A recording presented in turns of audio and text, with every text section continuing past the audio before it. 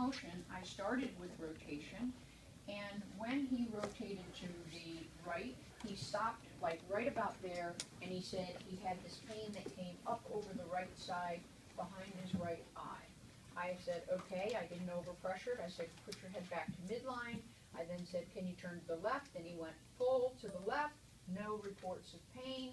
I then said, okay, bring this ear down to that shoulder, no problem, no problem.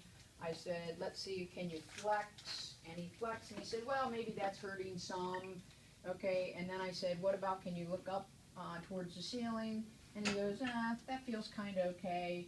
So the main symptom that he had was when he turned to the right, it reproduced that. That's what he came in complaining of, was this pain that comes up behind his right eye. And all the other motions, you know, maybe he complained of this, that, or the other thing, but they didn't reproduce that same pain that he came in complaining of. So I did that. That was the range of motion. I didn't touch him. I just guided him through. So I say, okay. Now what we have to do is say, okay, he's got a problem with either the AO joint, the AA joint, or C2, C3. Those are the only three joints that could give him that pain distribution when he turns his head to the right. So which one is it? We got to figure that out. So the first thing, and again, this is all written down in your notes, so you don't have to copy it down. The first thing we're going to do is try to decide whether C2, C3 is part of this pain pattern, okay? Remember I said to you yesterday that a factoid that you just had to put into your mind was that side bending and rotation in the craniovertebral region goes in opposite directions, whereas side bending and rotation in the lower cervical spine goes in the same direction, okay? So we're going to use that principle to try to take C2, C3 out of the movement. And the way that we're going to do it is I'm going to say, Michael, try to tip your left ear there. Now holding your left ear down towards your left shoulder, can you go ahead and turn your head to the right again? So that's the first thing I'm going to do. Side bend his head in the opposite direction of where the pain was reproduced and ask him to redo the rotation while maintaining the side bending. Go ahead and go back to midline. When he side bent to the left in the lower cervical spine, he also rotated left. Okay? So if he's side bent left and then he tries to rotate right, C2, C3 is the only joint that by side bending left went into left rotation.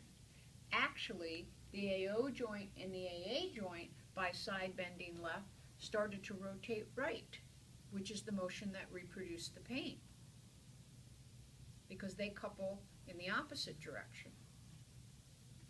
Everybody okay with that?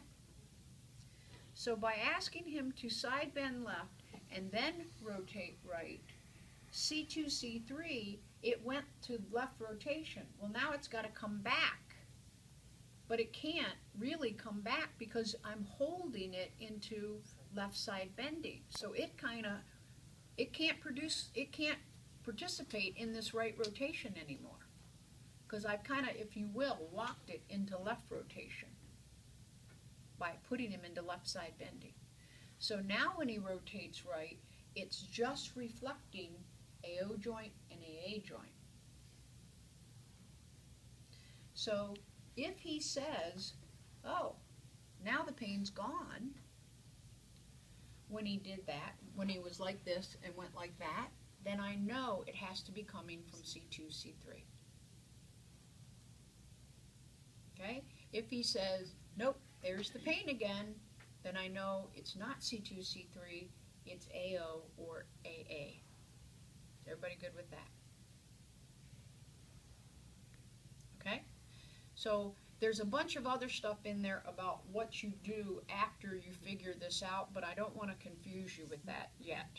So we're just going to do the basics, and then I'll add some other stuff on top of it after you've got these basics set in your mind. Okay? So that's how you can decide whether C2, C3 is the pain provocator or not, is by doing that. And that's always the first thing that we do. All right? So let's say that he said, he did this, and then he went like that. Nope, pain's still there.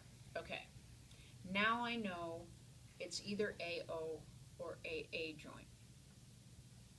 Okay? So what I want you to do right now is actually, I want you to get in groups of 4, and I want you to have a spine model. So everybody get in groups of 4 and have a spine